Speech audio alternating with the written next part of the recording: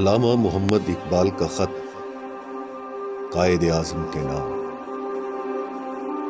لاہور، 23 مئی 1936۔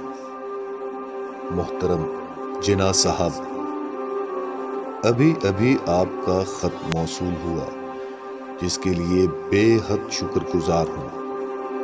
مجھے یہ جان کر مسرت ہوئی کہ آپ کا کام آگے بڑھ رہا ہے۔ مجھے پوری توقع ہے کہ پنجاب کی جماعتیں، بالخصوص احرار اور اتحاد ملت، تھوڑی بہت نزاع و کشمکش کے بعد آخر کار آپ کے ساتھ شریک ہو جائیں گی۔ اتحاد ملت کے ایک سرگرم اور فعال رکن نے چند روز ہوئے مجھے یہی بتایا ہے۔ اگرچہ مولانا ظفر علی خان کے رویے کے بارے میں خود اتحاد ملت والے یقین سے کچھ نہیں کہہ سکتے، تاہم ابھی کافی وقت ہے۔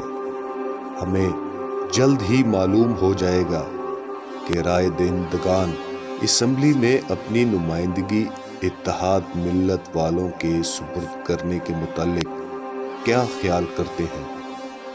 امید ہے کہ آپ بخیریت ہوں گے۔